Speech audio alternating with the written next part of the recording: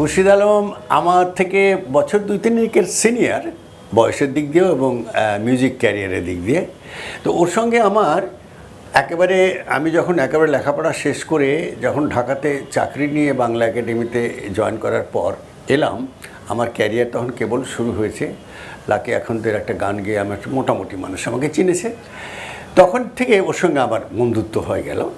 বন্ধুত্বটা হয়ে গেল বললে ভুল হবে, বন্ধুত্বটা ওই করলো। ওর মতো এরকম স্ট্রেট নোটের গান গাওয়ার শিল্পী কিন্তু বাংলাদেশে একজন নেই, একজনও ছিল না, এখনও নেই। স্ট্রেট নোট বলতে বলছি একটু টেকনিক্যালি বলি, অর্থাৎ আমরা গান গাইতে গেলে যে সোজা একটা পর্দাতে আমরা সুর লাগাই, এটা খুব কঠিন কাজ, কিন্তু ও খুব স্বচ্ছন্দে লাগায় এবং আরেকটা জিনিস করে, ওর কথা, ওর উচ্চারণ এত স্পষ্ট।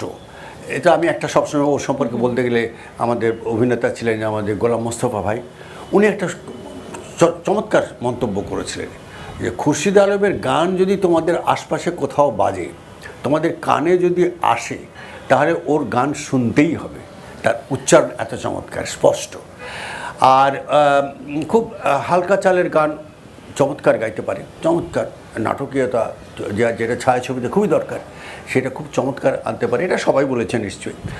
আর আরেকটা জিনিস হলো, ওর গানের পিচটা খুব সুন্দর, নিচেও যেমন শুনতে পাওয়া যায়, উপরেও তেমন শুনতে পাওয়া যায়, খুব সুন্দরভাবে শুনতে, চিৎকার করতে হয় না, কিন্তু উপরের নোট খুব সহজভাবে লাগায়। আর ব্যক্তিগত জীবনে আমাদের মনে হয় না আমাদের শিল্পীদের মধ্যে খুরশিদ আলমের মতো মানুষ কেউ আছে। যদি কোনো শিল্পী কোনো অসুস্থ হয়, যদি কোনো বিপদে পড়ে, আর মৃত্যু তো প্রশ্নই ওঠে না, প্রথম সংবাদ আসে আমাদের খুরশিদ আলমের কাছ থেকে। তার দীর্ঘ আরও সুন্দর জীবন কামনা করছি, সেজন্য আরও বহুদিন গান গাইতে পারে। আমি জানি বহুদিন তিনি গান গাইতে পারবেন, ঈশ্বর তাকে সে ক্ষমতা দিয়েছেন, এবং তিনি আরও যেন সুস্থভাবে বেঁচে থাকেন, সংসার নিয়ে, তার সন্ততি নিয়ে, এই কামনা করি।